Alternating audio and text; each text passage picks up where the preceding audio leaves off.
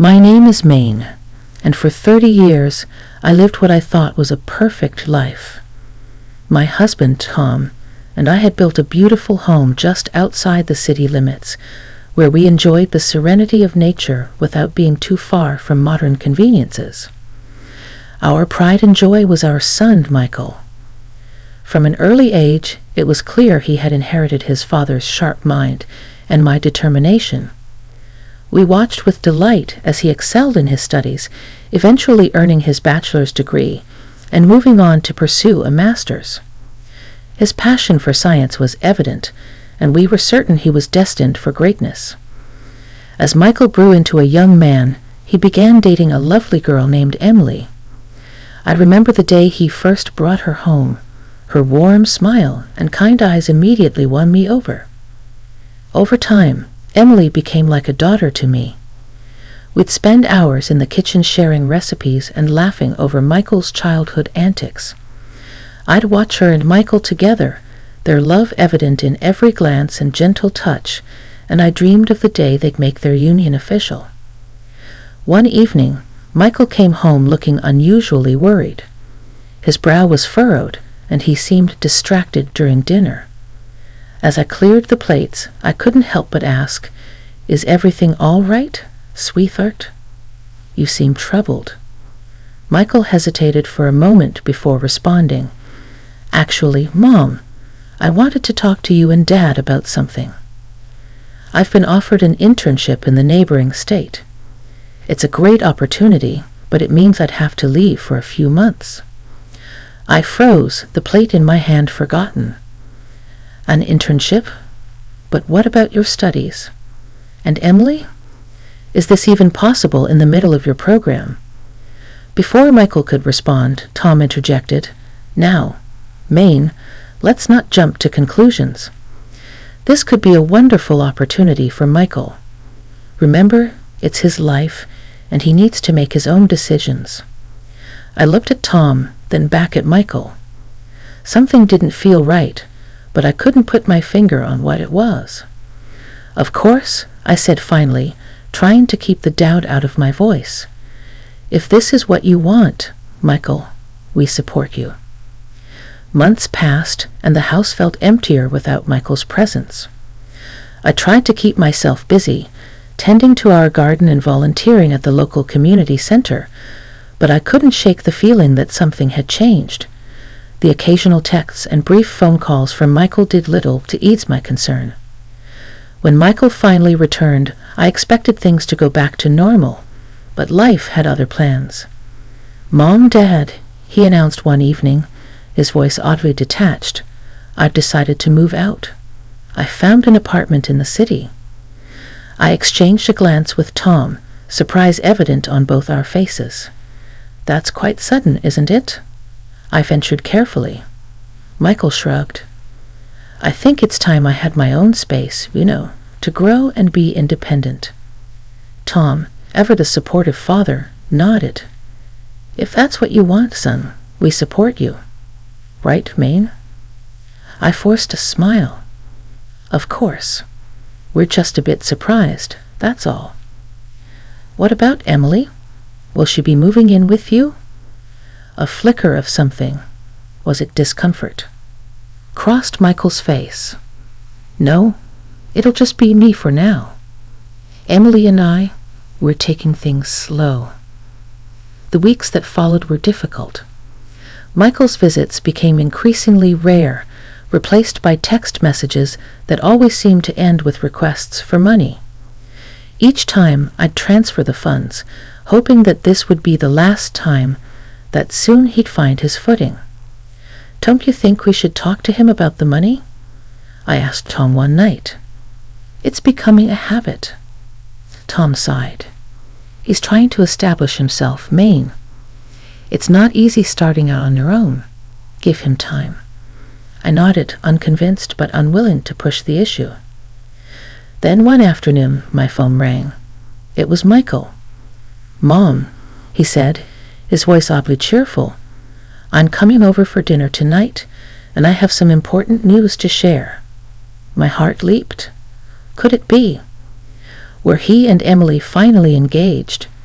I spent the afternoon cooking up a storm, preparing all of Michael's favorites. As evening fell, I heard a car pull up in the driveway. Tom and I exchanged excited glances as we went to greet them. The door opened, and Michael stepped in, but the woman who followed him wasn't Emily. She was a stranger, stunningly beautiful with long dark hair and striking green eyes. Her outfit was flashy and revealing, a stark contrast to Emily's modest style. "Mom, Dad," Michael said, his arm around the woman's waist, "I'd like you to meet Veronica, my wife." The world seemed to tilt on its axis. I gripped the back of a chair to steady myself. "Your wife," I repeated, certain I must have misheard. "That's right," Veronica spoke up, her voice sharp and clear. "We got married last week." I looked at Tom, hoping to see my shock mirrored on his face, but he just looked confused. "We're your parents, Michael. We should have been there." Veronica's lips curled into a smirk. Michael doesn't need to explain himself to strangers.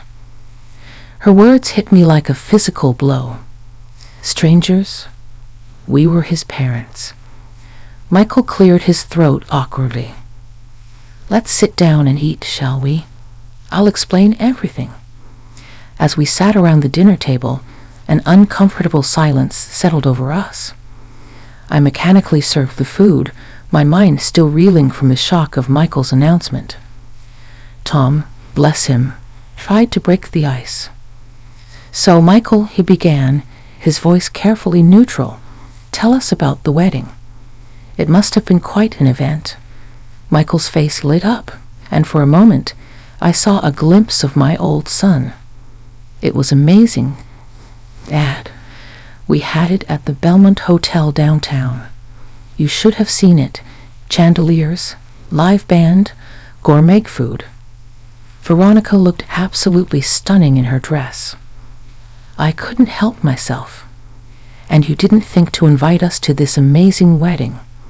The hurt in my voice was palpable. Veronica answered before Michael could. "It was my idea, actually." Her tone was cool, almost challenging. "I don't have any family, you see. My parents abandoned me years ago, and my grandmother, who raised me, passed away recently." Michael jumped in, his words tumbling out in a rush. "That's why we decided not to invite any family at all. We just celebrated with friends. I didn't want Veronica to feel out of place." I stared at my son, barely recognizing him. The boy I raised would never have excluded his family from such an important event. "I see," I said slowly. "And what about Emily? What happened there?" Michael's face clouded over. "Emily? She cheated on me. That's why I left her." An awkward silence fell over the table. I wanted to ask more questions to understand how everything had changed so drastically, but Veronica's hostile attitude made me hesitate. Instead, I tried to change the subject. "So, Veronica, tell us about yourself. What do you do for a living?" Veronica's eyes narrowed. "I don't see how that's any of your business." "I'm just trying to get to know you," I said, taken aback by her rudeness. "Well, I'm not obliged to share my personal life with outsiders," Veronica retorted, standing up abruptly. "Michael, I think it's time we left." Michael looked torn, but he stood up as well. "Yeah, maybe that's best. Mom, could you pack up some of this food for us? And we were hoping you could transfer some money for our honeymoon." I was too stunned to argue. I mechanically packed up some food and watched as Michael and Veronica headed for the door. As they left, I heard Veronica mutter, "I told you this was a waste of time." The door closed behind them, leaving Tom and me in shocked silence. That night, I tossed and turned, unable to sleep. The next morning, I decided to call Michael, hoping to have a frank conversation without Veronica's interference. The phone rang several times before someone picked up. "Hello." It was Veronica's voice. "Oh, hello. Veronica, is Michael there? I'd like to speak with him." "He's busy," she said curtly. "What do you want?" I took a deep breath, trying to stay calm. "I just wanted to talk to my son." "Well, he can't talk right now. If you want to send money for our honeymoon, you can transfer it to his card. Otherwise, we have nothing to discuss." Before I could respond, she hung up. I stared at the phone in disbelief, then slowly and mechanically made the transfer. The days passed, and the tension in our household remained palpable. The house felt emptier than ever, the silence broken only by the occasional ping of my phone, inevitably another request for money from Michael. Then one afternoon, my phone rang. "Mom," he said, his voice a mix of excitement and nervousness. "I have some news. Veronica is pregnant. You're going to be a grandmother." For a moment, I was speechless. A grandchild. Despite everything, a small spark of joy ignited in my heart. "Oh, Michael," I breathed. "That's wonderful news." "Yeah, it is," he agreed, sounding more like his old self than he had in months. "But, we need some help. Preparing for a baby is expensive, and with Veronica not working." Of course, I should have known there was a catch. "How much do you need?" I asked, trying to keep the weariness out of my voice. He named a sum that made me flinch, but I agreed. What else could I do? This was my grandchild we were talking about. The next few weeks were a whirlwind. Despite my reservations about Veronica, I threw myself into preparing for my future grandchild. I bought tiny clothes, researched the safest cribs, and even started knitting a baby blanket. Then one sunny afternoon, everything changed again. I was in the garden when I heard a car pull up. Thinking it might be the mailman, I went to check. To my shock, it was Michael and Veronica. As they got out of the car, I noticed something different about Veronica. The arrogance in her bearing seemed amplified, her eyes glinting with a determination that sent a chill down my spine. "Michael, Veronica," I said, trying to keep my voice light. "What a surprise. Come in. I'll make some tea." "We're not here for tea, Mother," Michael said, his voice oddly flat. "We need to talk." Confused and a little scared, I led them into the living room. Tom, hearing the commotion, joined us. Veronica wasted no time with pleasantries. She looked around the room with a critical eye, then turned to us. "We've decided that we're going to live here." I blinked, sure I had misheard. "I'm sorry, what?" "You heard me," Veronica said, her tone brooking no argument. "For the proper development of our child, we need space and freedom. This house is perfect." I looked at Michael, expecting him to laugh, to say it was all a joke, but he just stood there, avoiding my gaze. "This is our home," Tom said, his voice firm. "You can't just decide to take it." Veronica's eyes narrowed. "Oh, and I suppose you want your grandchild to grow up in some cramped apartment? How selfish of you." I felt my temper rising. "Now listen here, young lady." "No, you listen," Veronica snapped. "Either you give us this house, or you can forget about having any relationship with your son and your grandchild. Your choice." With that, she turned on her heel and stormed out, Michael trailing behind her like a lost puppy. In the days following their shocking demand, our once peaceful life descended into chaos.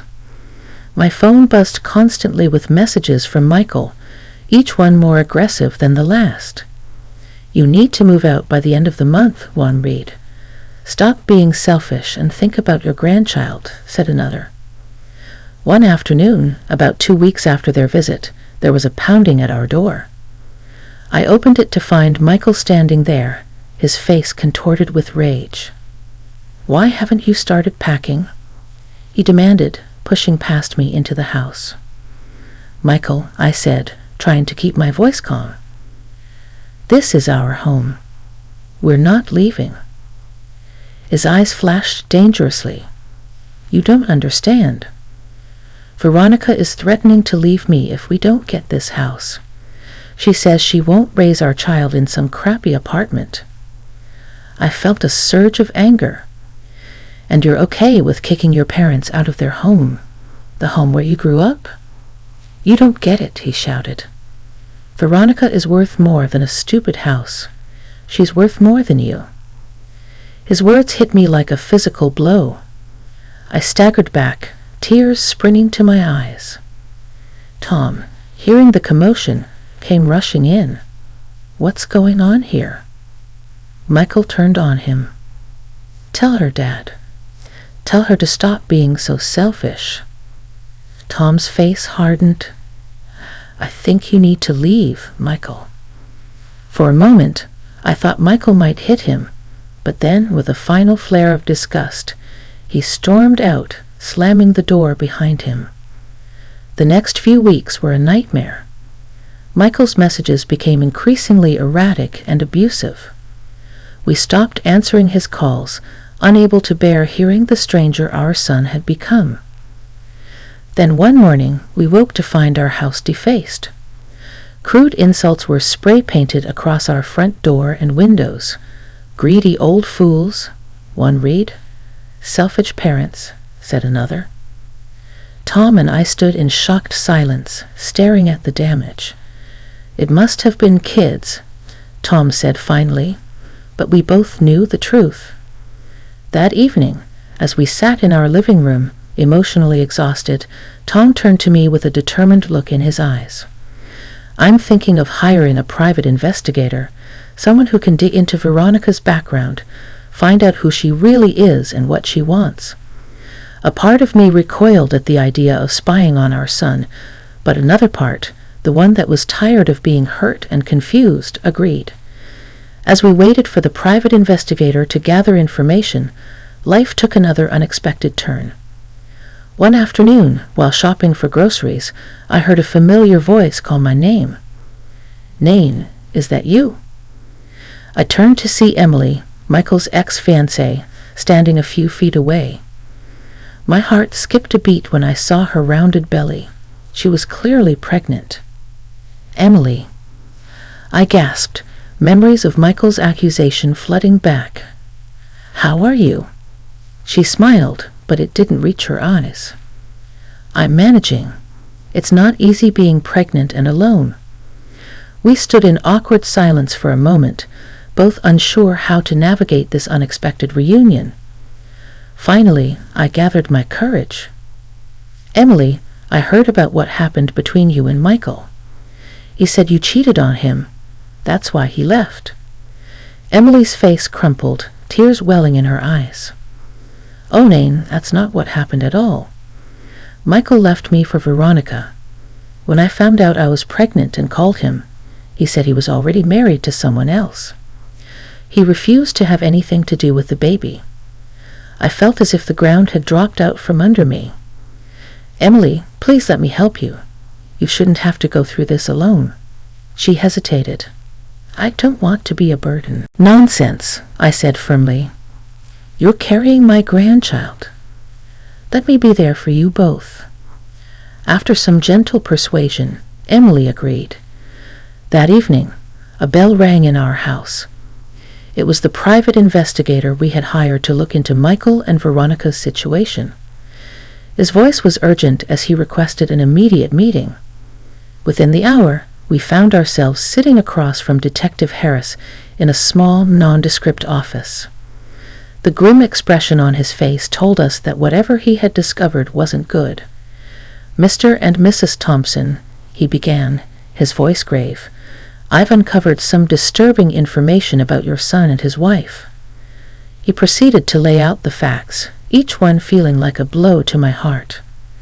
Michael had dropped out of university, abandoning his promising future in science. He was now working a menial job, struggling to support Veronica's extravagant lifestyle. I managed to bug their apartment, Detective Harris continued. In one conversation, I overheard them discussing plans to force you out of your home and claim it for themselves. I gasped, gripping Tom's hand tightly. How could they even think of doing such a thing? The detective's expression darkened further. There's more. I dug into Veronica's past. It seems she has a history of targeting wealthy men for their money. She's done this before, Mrs. Thompson. And the pregnancy? It's not your son's child. The room seemed to spin around me. What do you mean? I whispered. Veronica was already pregnant when she met Michael. She trapped him, Mrs. Thompson. She saw him as an easy mark, a naive young man with wealthy parents. Tom's face had turned ashen. Do you have proof of all this?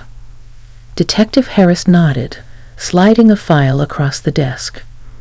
It's all in here, bank statements, medical records, even transcripts of their conversations. It's ironclad. As we left the detective's office, my mind was in turmoil. We have to tell Michael, I said to Tom. We have to make him see what Veronica really is. But Tom shook his head sadly. He won't believe us, Nain. You've seen how he is around her. He's completely under her spell. If we confront him with this, it'll only push us further away. Deep down, I knew Tom was right. The son we knew and loved seemed to be gone, replaced by this angry, manipulated stranger. The thought broke my heart all over again. The weeks following our meeting with Detective Harris were a whirlwind of activity.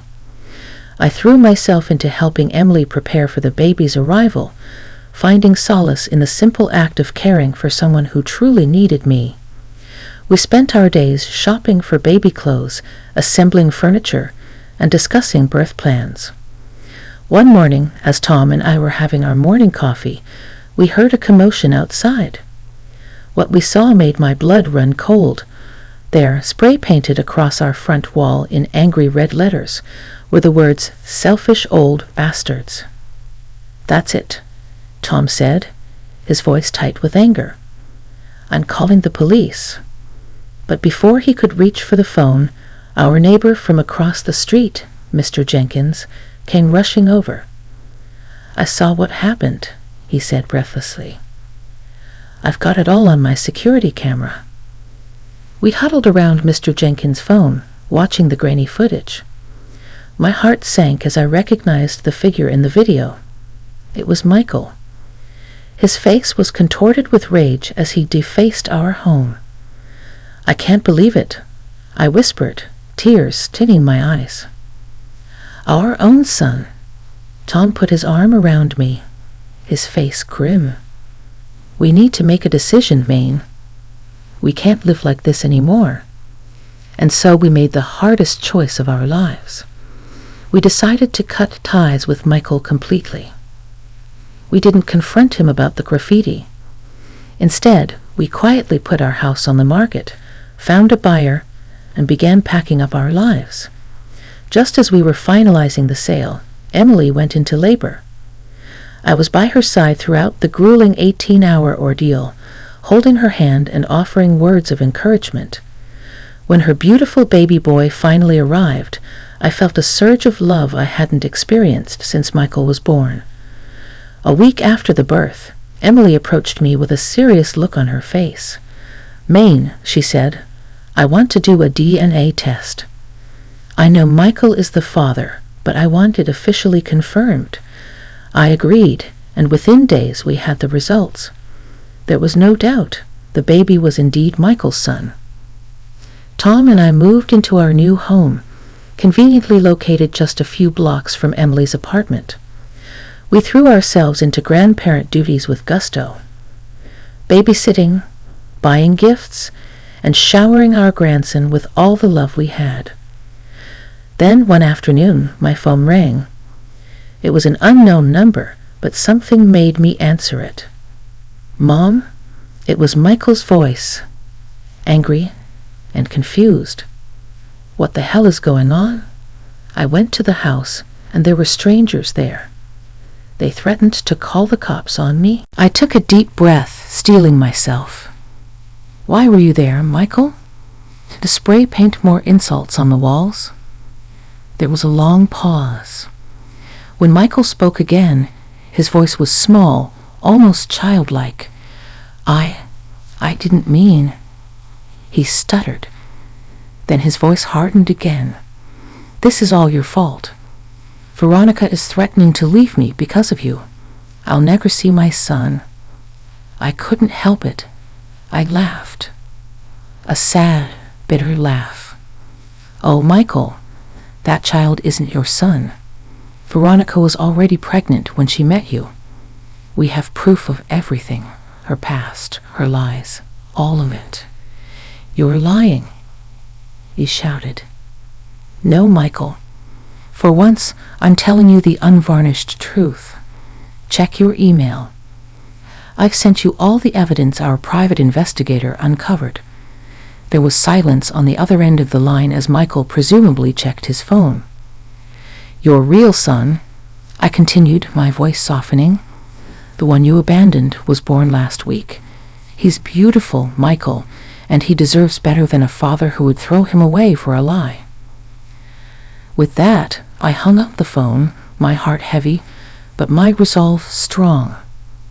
As I looked out the window and saw Tom playing with our grandson in the backyard, I knew we had made the right decision. Our family might be smaller now, but it was filled with more love than ever before. 6 months flew by in a whirlwind of baby giggles, sleepless nights, and the joy of watching our grandson grow. Tom and I had settled into our new life, finding unexpected happiness in our roles as grandparents and surrogate parents to Emily. One Sunday afternoon, as we were enjoying tea with our neighbor, Mrs. Rodriguez, she leaned in conspiratorially. "Did you hear about your Michael?" she asked, her eyes wide with gossip. My heart skipped a beat. No, what about him? Mrs. Rodriguez proceeded to fill us in on the latest neighborhood gossip. Apparently, Veronica had abandoned Michael, leaving him shell-shocked and alone. The baby, it turned out, had been handed over to Veronica's parents, who, contrary to her earlier claims, were very much alive and well. The final twist of the knife was that Veronica had run off with a wealthy businessman, leaving Michael with nothing but broken dreams and empty promises. Later that evening, as Tom and I were discussing the news, my phone rang. It was Michael. "Mom," he said, his voice cracking with emotion, "I'm so sorry for everything. I was such a fool. Can you ever forgive me?" I closed my eyes, taking a deep breath. "Michael, your father and I have changed our will. Our estate will go to your son, your real son, the one you abandoned." There was a moment of stunned silence. Then Michael's voice rose in panic. "But Mom, that's not fair. I want to make things right. I want to get back together with Emily, to be a family again." "It's too late for that, Em," I said, my voice softening slightly. "Emily and your son are part of our family now.